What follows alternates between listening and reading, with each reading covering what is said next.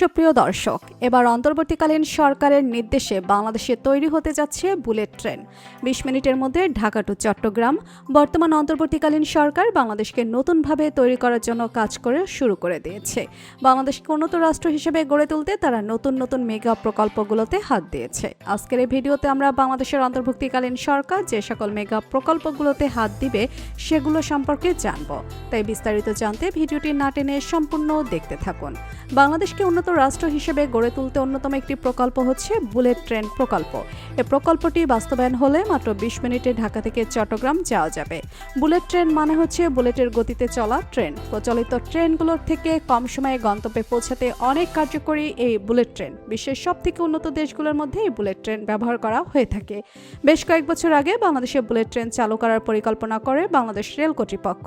কিন্তু কবে এই ট্রেন চালু করা বাস্তব হবে আর এই ট্রেন চালু হলে কি কি সুবিধা পাওয়া যাবে চলুন জেনে আসি। বুলেট ট্রেন হচ্ছে উচ্চগতি সম্পন্ন এক ধরনের আলফা এক্স প্রযুক্তির বিদ্যুৎ চালিত ট্রেন। এই ট্রেনের সাধারণ গতি কমপক্ষে ৩৫০ থেকে ৪০০ কিলোমিটার পর্যন্ত হয়ে থাকে।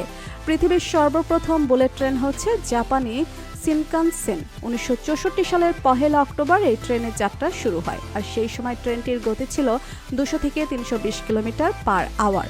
সাধারণত যেসব ট্রেন ২৫০ মিটার বেশি গতিতে ছুটতে পারে সেগুলোকে বুলেট ট্রেন বলা হয়।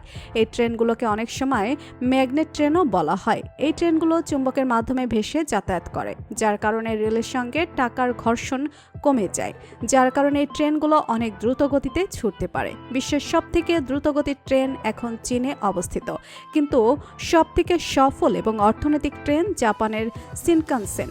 প্রায় ৫৩ বছর ধরে এই ট্রেনটি যাত্রী সেবা দিয়ে যাচ্ছে। পরিবর্তন খাতে যুগান্তকারী পরিবর্তন আনতে বুলেট ট্রেনের পরিকল্পনা নিয়েছে বাংলাদেশের অন্তর্বর্তীকালীন সরকার। এই বুলেট ট্রেন পরিকল্পনা নির্মাণ করতে ২০১৮ সালে চুক্তিবদ্ধ হয়েছে বাংলাদেশ রেল কর্তৃপক্ষ।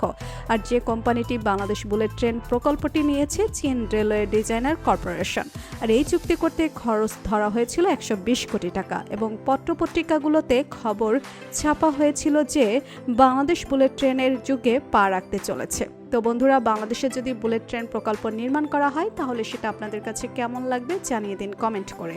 আর ভিডিওটি ভালো লেগে থাকলে একটি লাইক দিয়ে চ্যানেলটি সাবস্ক্রাইব করুন। ধন্যবাদ।